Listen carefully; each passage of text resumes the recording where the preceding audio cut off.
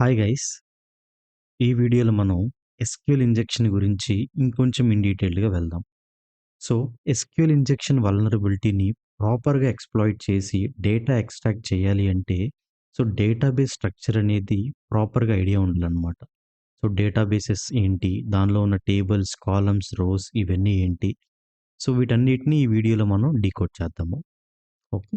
So, first of all ఇక్కడ మీకు చూస్తే సో, ఇన్ఫోగ్రాఫిక్ ఇమేజ్‌లో సో, ఫస్ట్ మనం ఈ ఈ మన వల్నరబుల్ కామర్స్ అప్లికేషన్‌కి సంబంధించిన డేటాబేస్ స్ట్రక్చర్ గురించి డిస్కస్ చేద్దాము.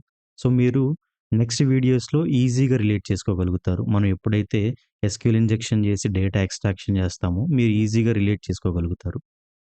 ఓకే. సో, ఇక్కడ యూజ్ చేస్తున్న డేటాబేస్ వచ్చేసి మైసీక్వెల్ డేటాబేస్. ఓకే. సో, దీన్ని మనం ఒక ప్రైమరీ డేటాబేస్ అంటాం అనమాట. సో, ఇది ఒక సర్వీస్‌గా మనం ఇన్‌స్టాల్ చేసున్నాము.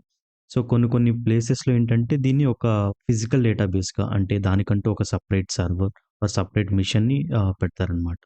బట్ ఇక్కడ మనకి సో, ఈ మైసీక్వెల్ అనేది ఒక కంటైనర్ ఇమేజ్‌గా మనకి రన్ అవుతుంది. ఓకే. సో, ఫస్ట్ మనకి మైసీక్వెల్ అని ఒక డేటాబేస్ ఉంది. ఆ డేటాబేస్ లోపల లాజికల్ డేటాబేసెస్ ఉంటాయన్నమాట బేసిక్‌గా. ఓకే. సో, బేసిక్‌గా ఏంటంటే ఇక్కడ మైసీక్వెల్ అనేది ఒక డిఫాల్ట్ డేటాబేస్. ఈకామర్స్ అనేదేంటంటే, ఈ వల్నరబుల్ అప్లికేషన్ సంబంధించిన డేటా ఎక్కడైతే ఎగ్జిస్ట్ అయ్యుందో, సో, అది ecommerce. And you see one more thing schema. So, SQL ఇంజెక్షన్‌కి ఇది చాలా మెయిన్ ఇంపార్టెంట్ అనమాట. ఓకే. సో, దీని గురించి నెక్స్ట్ వీడియోస్‌లో మనం డిస్కస్ చేద్దాము. సో, అంటే ఏంటి?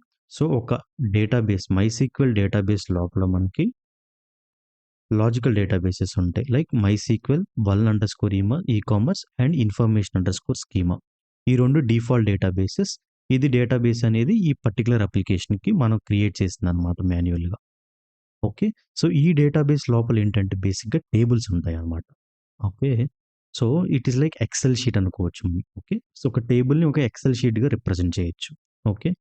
సో, ఏంటి ఒక టేబుల్‌లో ఏంటి యూజర్ సంబంధించిన ఇన్ఫర్మేషన్ ఉంటుంది. ఒక టేబుల్‌లో ప్రొడక్ట్ సంబంధించిన ఇన్ఫర్మేషన్ ఉంటుంది. ఒక టేబుల్‌లో ఏంటంటే ఫీడ్‌బ్యాక్ సంబంధించిన ఇన్ఫర్మేషన్ ఉంటుంది. సో, ఒక్కొక్క టేబుల్‌లో ఒక్కొక్క ఇన్ఫర్మేషన్ అనేది స్టోర్ అయ్యి ఉంటుంది. ఓకే. సో, ఇది టేబుల్ స్ట్రక్చర్. ఇప్పుడు టేబుల్ లోపల ఈచ్ అండ్ ఎవ్రీథింగ్‌ని బ్రేక్ డౌన్ చేద్దాము. సో, టేబుల్ లోపల మనకేంటంటే బేసిక్‌గా rows and columns same as Excel sheet. Okay. So, rows and columns ఉంటాయన్నమాట ఒక టేబుల్ లోపల. సో, ఈ రోస్ అండ్ కాలమ్స్‌ను దేన్ని రిప్రజెంట్ చేస్తున్నాయంటే, సో, మనం ఈ మ్యాపింగ్ చూస్తే, సో, యూజర్స్ అనేది టేబుల్ అయితే, కాలమ్స్ అనేవి హెడ్డింగ్ అవుతది. Okay. So, like user name, password, role వీటిని కాలమ్స్ అంటాము. ఓకే.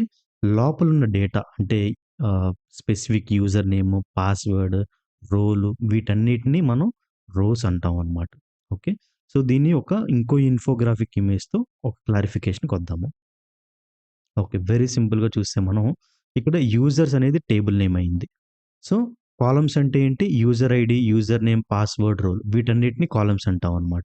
రోస్ అంటే అందులో ఉన్న డేటా.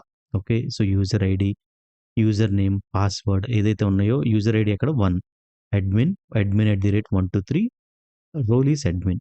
సో, దీన్ని రో అంటాం అన్నమాట. ఓకే. అండ్ కాలమ్స్ అంటే ఇవి. సో, హెడ్డింగ్స్‌ని మనం కాలమ్స్ అంటాము. ఓకే. సో, డేటా ఎక్స్ట్రాక్ట్ చేసేటప్పుడు ఏంటంటే, మనం ప్రాపర్ కాలమ్ నేమ్స్ మెన్షన్ చేస్తే అప్పుడు మనకి కంప్లీట్ డేటా అనేది ఎక్స్ట్రాక్ట్ అవుతుంది అన్నమాట. ఓకే.